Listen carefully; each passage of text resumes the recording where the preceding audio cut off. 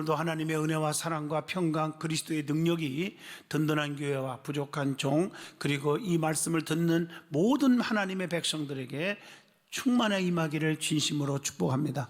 누가복음 9장 57절로 60절을 통해서 예수님의 제자의 길이라 하는 제목으로 같이 은혜를 나누고자 합니다.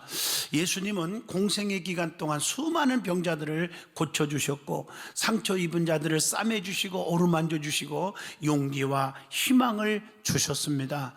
그렇기 때문에 주님께서 가시는 곳마다 수많은 사람들이 주님을 따랐다는 사실입니다. 그러나 끝까지 주님을 따르고 배신하지 않았던 사람들은 지극히 적은 수였다는 사실입니다.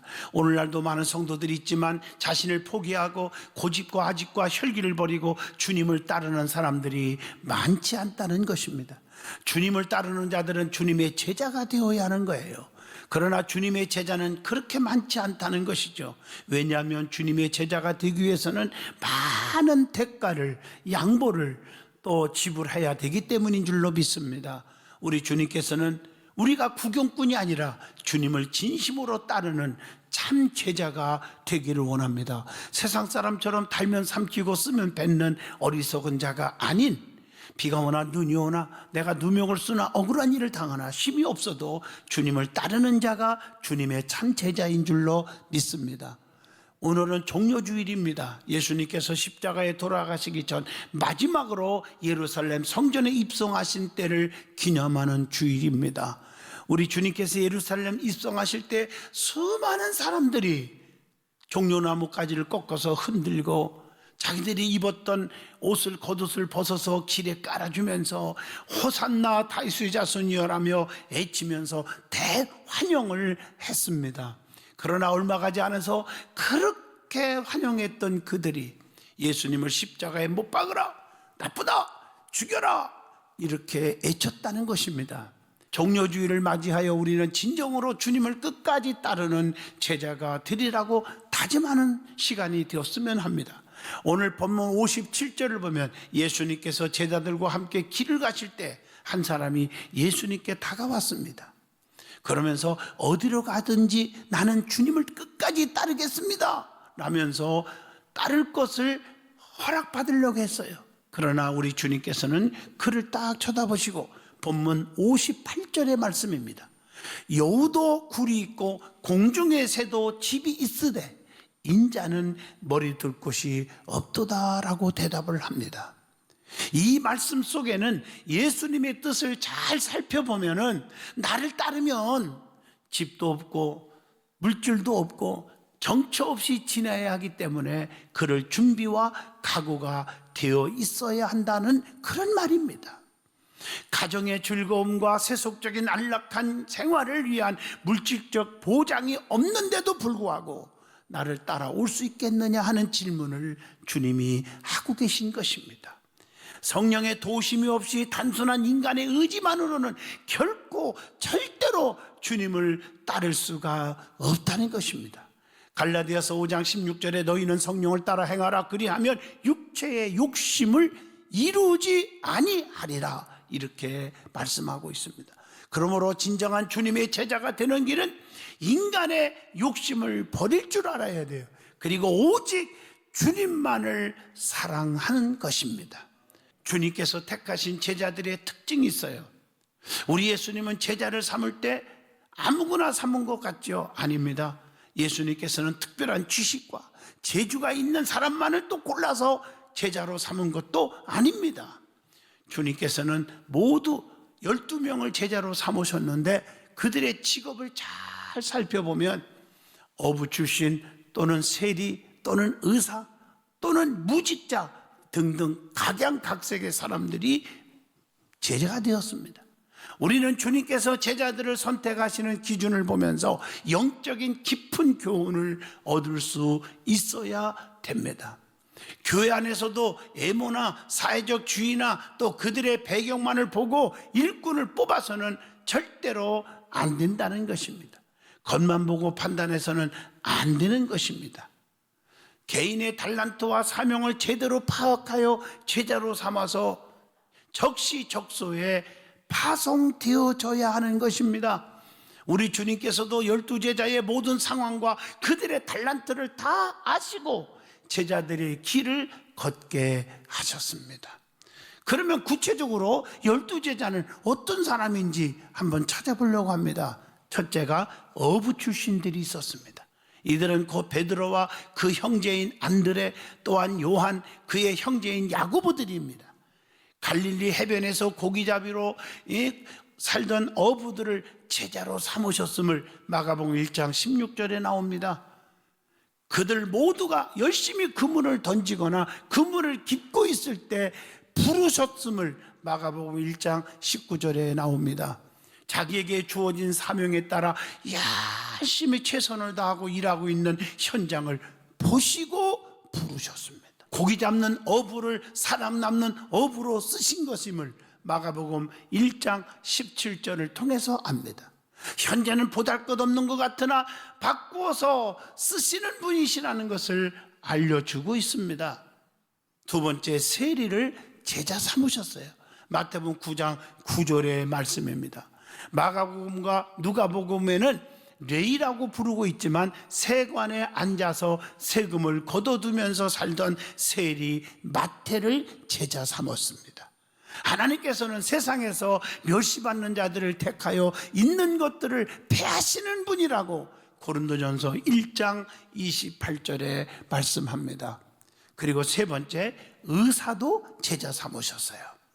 그는 누굽니까? 누가라는 사람입니다. 예수님께서는 지식 있고 재능 있는 사람도 사용하셨습니다. 오늘 여러분들이 지식 있고 재능 있고 돈 많은 사람을 다 죄악시하면 안 되는 것입니다.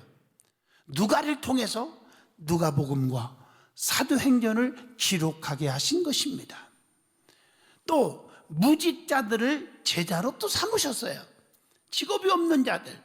누가복음 6장 16절을 보면 야고보의 아들 유다와 예수를 파는 자 될 가룟 유다라고만 표시되어 있습니다. 나머지 다른 제자들이 무엇을 하던 사람인지에 대해서는 전혀 언급이 되어 있지 않습니다. 아마도 특별한 직업이 없었던 사람이 있지 않은가 하는 생각을 해봅니다. 예수님께서는 세상에 미련한 자들을 택하시고 지혜 있는 자들을 부끄럽게 하시는 분이기 때문에 무지하고 힘없는 사람들도 택하셔서 제자로 삼으셨다는 것입니다. 그들로 하여금 전국 복음을 증거하게 하신 것을 고린도전서 1장 27절에 말씀합니다. 자, 그러면 예수님의 제자가 되는 길에는 어떤 의미가 담겨져 있다고 생각하십니까? 예수님은 제자를 삼고자 그들을 부르셨을 때 그들은 주님 앞에 어떻게 응답을 하셨냐는 거예요. 시몬과 안드레는 마가복음 1장 18절 보니까 그물을 버려두르고 따르니라.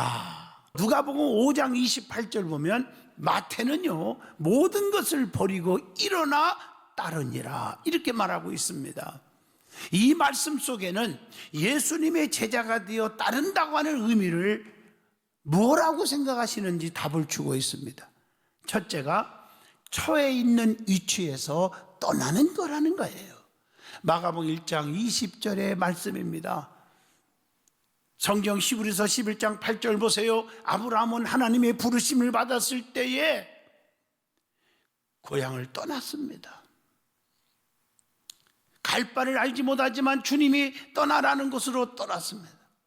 마가복음 1장 19절로 20절 보면 베드로를 비롯한 네 제자들은 자신들의 삶의 터전인 정든 어장을 떠났습니다. 마태복음 9장 9절에 보면 마태는 근무하던 세관을 떠났습니다. 오늘 이처럼 주님의 제자가 되려면 세상에서 안주하던 자신의 인간적 위치를 과감하게 떨쳐버리고 떠날 줄도 알아야 합니다. 이 말의 영적인 의미가 무엇입니까? 자신의 옛생활, 옛모습, 옛습관, 옛정에 미련을 둬서는 안 된다는 것입니다. 두 번째, 가졌던 자기의 소유물을 버리는 것입니다. 마가복음 1장 20절의 말씀입니다. 제자들은 자신의 소유물을 모두 버려두고 예수님의 제자가 된 것입니다.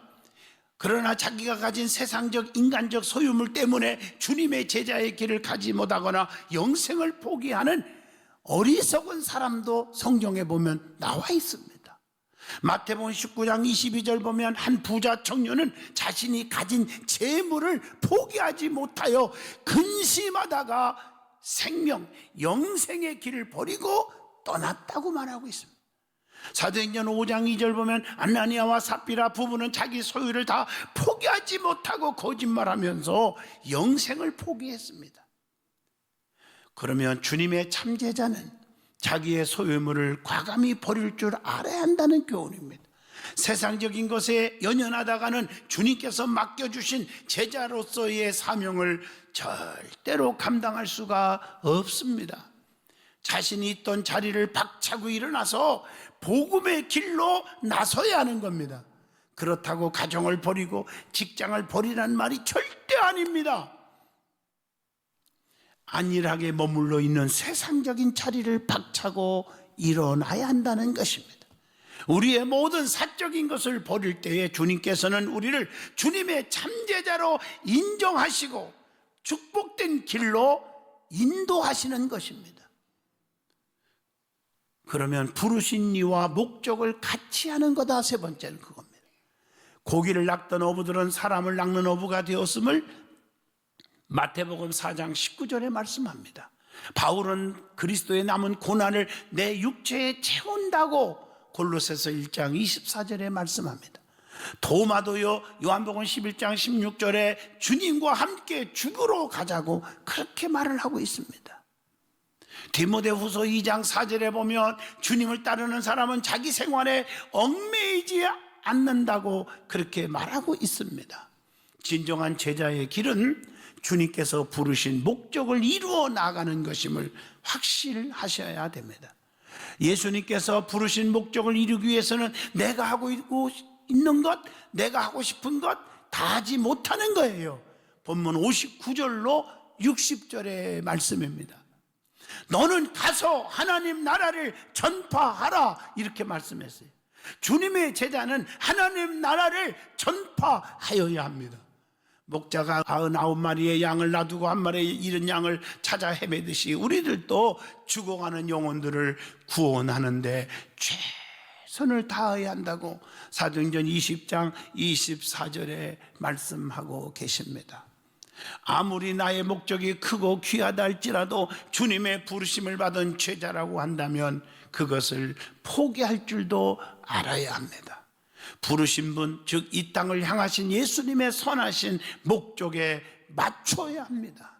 예수님께서도 십자가의 고난을 겪으시기 전 겟셋마네에서 기도하실 때에 마가복음 14장 36절 뭐라고 했어요? 아버지, 이 십자가에 쓴 잔도 아버지의 뜻이라면 받게 해달라고 기도했습니다.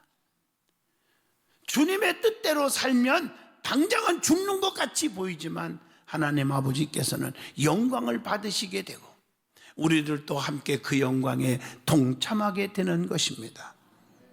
오직 주님 한 분만을 따르게 되면 우리 주님 때문에 이 땅에서 시온의 대로가 열리게 해 주신다고 시편 84편 4절로 5절에 말씀합니다. 예수님께서 마지막 예루살렘에 입성하실 때 매여 있던 나귀를 타신 거 잘 아시잖아요. 매인 나귀는 예수님을 등에 태우고 가는 바람에 예수님을 향한 사람들의 영광과 환영을 모두 함께 받았어요. 시온의 대로가 열린 거 아니에요? 마태복음 21장 1절로 3절입니다. 우리 모두는 예수님께 매인 나귀가 되어야 돼요. 천방직주처럼 자기 고집대로, 자기 사고방식, 자기 생각대로, 자기의 혈기대로 살아갈 것이 아니라 주인에게 매여 있는 거예요. 답답하지만 그런 매인 나귀를 풀어오너라. 그 매인 나귀를 사용하신 거예요. 주님은요. 무엇 때문에 우리가 매여야 합니까? 주님께 온전히 매여야 하는데 교회와 주의 종의 목회의 손에 매여야 하고 사명과 직분에 매여야 하는 것입니다. 예배에 매여야 하는 것입니다. 매이면 손해볼 것 같지요. 엄청난 주님의 도심의 손길이 있습니다. 우리를 부르신 주님의 목적이 무엇인지를 늘 가슴속에 새기면서 그 목적에 부응하는 삶을 살아갈 수 있기를 축복합니다. 그 다음에 예수님의 참된 제자의 자격이 있습니다. 그게 뭐라고 생각하십니까? 첫째가 마가복음 8장 34절입니다. 자기를 부인하고 자기 십자가를 지고 예수만 따라가는 사람이라고 말합니다. 자기에게 있는 기능적 가치와 도덕적 가치가 그리스도 안에 있는 영적 가치로 흡수 전환되어야 하고 그리스도께 최고의 가치와 의미를 부여하는 삶을 살아가는 것임을 빌립보 3장 8절로 9절에 주고 있습니다. 또한 자기 십자가를 진다는 것은 그리스도를 믿음으로 인해 오는 고난과 핍박과 환난과 누명과 박해와 이런 것들 자기가 온전히 감당하여야 합니다. 동시에 자기에게 맡겨준 직분, 사명을 감당할 수 있어야 된다는 말씀입니다. 이러한 자세를 가지고 주님만 쫓아가는 성도야말로 참 예수의 제자의 자격이 있다고 말할 수 있을 것이 아니겠습니까? 두 번째로 하나님의 뜻이라면 어떤 값이라도 기꺼이 지불할 준비가 되어 있는 사람이 주님의 참 제자라고 디모데후서 2장 3절로 4절, 누가복음 14장 28절에도 말씀하고 계십니다. 세 번째, 종의 마음을 가진 사람이어야 합니다. 마태복음 20장 26절로 27절입니다. 너희는 종이 되어야 하리라 이렇게 말하고 있어요. 네 번째로 영혼을 뜨겁게 사랑하는 사람, 시편 126편 5절로 6절의 말씀입니다. 다섯 번째로 히브리서 11장 15절 쓴 뿌리의 올무에 걸리지 않는 사람이라고 말하고 있습니다. 여섯 번째, 요한복음 15장 5절 예수님과 연합하여 자신의 삶 속에서 성령의 열매가 맺혀지기를 갈망하는 사람입니다. 주님을 떠나서는 아무것도 할 수 없다고 하는 고백이 되어지는 사람입니다. 일곱 번째로 마태복음 6장 33절 자신의 삶에 있어서 주님을 최우선순위로 놓을 수 있는 사람, 너희는 먼저 그 나라와 그 일을 구하라. 그리하면 이 모든 것을 너희에게 더하여 주시리라 약속하고 있습니다. 네 번째, 예수님의 참된 제자는 영적인 삶을 어떻게 살아야 하는지를 말씀하고 있습니다. 첫째, 말씀 안에 거해야 한다고 골로새서 3장 16절에 말씀했고, 말씀 안에 거하면 주님의 참제자가 될 수 있다고 요한복음 8장 31절에 답을 주고 있습니다. 말씀 안에 거하는 것이 주님 안에 거하는 것입니다. 그래서 말씀을 마음판에 새겨야 한다고 시편 119편 11절에 말씀을 주고 있습니다. 두 번째, 기도하는 삶을 살아야 합니다. 요한복음 15장 7절의 말씀, 무엇이든지 구하면 다 이루리라고 약속합니다. 기도하면 하나님께서 들어주신다고 시편 65편 2절에 말씀했습니다. 기도는 하나님의 명령입니다. 빌립보 4장 6절. 그렇기 때문에 해도 되고 기도 안 해도 되는 것이 아닙니다. 마가복음 9장 29절, 기도에는 이런 유가 나갈 수 없다고, 기도에는 능력이 있습니다. 기도하면 시험에 들지 않습니다. 기도가 부족하니까 시험의 올무에 빠지는 것입니다. 세 번째, 사도행전 1장 8절, 땅끝까지 증인이 되라. 증거의 삶을 살아야 한다는 것이죠. 주님은 영혼을 구원하는 것을 가장 기뻐하신다고 고린도전서 1장 21절에 말씀합니다. 많은 사람을 주님께로 인도하는 자는 별과 같이 영원토록 빛나리라. 다니엘서 12장 3절에 보장해 주고 있습니다. 네 번째, 진정한 교제의 삶을 살아야 하는 거예요. 히브리서 10장 24절로 25절의 말씀입니다. 진실한 주님의 제자는 주님의 피 흘려 사신 몸된 교회에서 믿음 안에서 신앙적인 좋은 교제를 잘 해야 되는데, 믿음의 교제 때문에 주님과 교회를 떠나지 말고 주의 종과의 관계가 아름답지 못하는 사람들은 믿음의 그 교제가 아니라는 거죠. 믿음의 교제라고 말하지만 세상적인 교제가 돼버리는 거예요. 신앙 안에서 교회의 성도들은 다 주 안에서 한 형제들입니다. 서로 아끼고 품고 또 이해하고 협력하는 게 사랑 아닙니까? 요한복음 15장 12절, 내가 너희를 사랑한 것 같이 너희도 서로 사랑하라. 이것이느니라. 주님 사랑 안에 거하기만 하면 우리는 주님의 사랑을 나누는 자가 될 수 있다고 요한복음 15장 10절에 말씀하고 있습니다. 성경을 보면 주님께서 12제자를 삼으셨지만 그 중에서 특별히 새 제자를 따로 데리고 간 적이 많습니다. 특별히 새 제자를 따로 데리고 간 곳이 성경에 특별한 곳에 세 군데 있죠. 마태복음 17장 2절에 변화산상에 주님이 함께 갔어요. 마가복음 5장 37절에 보면 해당장 야이로의 딸이 죽었는데 살려주실 때 그 세 제자를 데리고 갔어요. 마가복음 14장 33절에 십자가를 지기에 앞서 마지막 기도하러 가실 때 같이 세 제자를 데리고 갔어요. 중요한 시점에. 우리는 모두 주님의 제자들입니다. 그러나 베드로와 야고보와 요한처럼 주님의 사랑을 더 많이 차지하는 제자가 될 수 있기를 축복합니다. 예수님께서 특별히 사랑하시는 제자들을 그의 생애 중에 중요한 사건 때마다 동반하신 것처럼 여러분도 주님의 고난과 부활의 동반자로,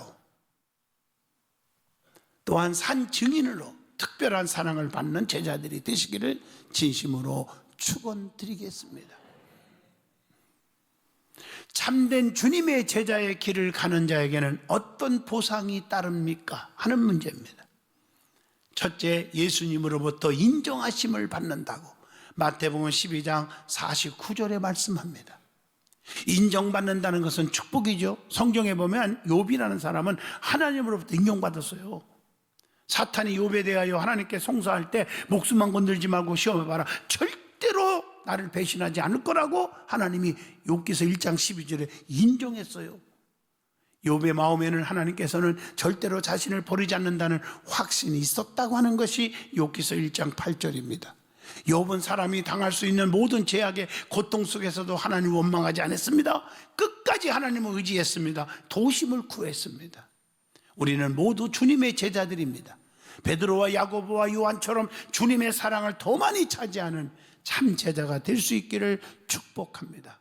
그 결과 욥은 배의 축복을 받았습니다. 어떠한 상황 가운데서도 하나님을 배신하지 않겠다고 하는 각오, 주님 앞에 인정받는 필요한 자가 되시기를 바랍니다. 주님께서 우리를 인정만 하시면 우리는 두려울 것이 없습니다. 고난과 환난이 따른다 할지라도 끝까지 인내하며 하나님의 손길을 구하고 그분의 능력을 인정하면 우리 주님도 우리를 인정하사 놀라운 은혜로 갚아주신다는 것입니다. 끝까지 주님의 제자로서의 길을 포기하지 않기를 바랍니다. 열심히 충성함으로 주님께 인정받는 주님의 참된 제자가 되시기를 축복합니다. 두 번째, 생명의 빛을 얻습니다. 요한복음 8장 12절 나를 따르는 자는 어둠에 다니지 않고 생명의 빛을 얻으리라, 이렇게 말씀해요. 세 번째, 요한복음 12장 26절 하나님으로부터 귀히 쓰여김을 받습니다. 귀히 쓰임을 받습니다. 하나님이 나를 귀하게 여겨주시면 얼마나 감사한지. 세상 사람이 멸시해도 괜찮아요. 그분이 나를 귀하게 여겨주면 돼요. 그분의 말씀에 따르는 삶을 살아간다면 하나님 아버지도 우리를 귀하게 여기시고 이 땅에서 복된 존재로 살게 해 주실 것입니다. 네 번째, 성령님의 인도를 받게 됩니다. 요한복음 16장 13절의 말씀입니다. 성령님의 인도를 받으면 축복이 옵니다. 사탄의 인도를 받으면 망합니다. 예수님을 십자가에 못 박으라고 아우성했던 어리석은 이스라엘 백성들처럼 다 죽습니다.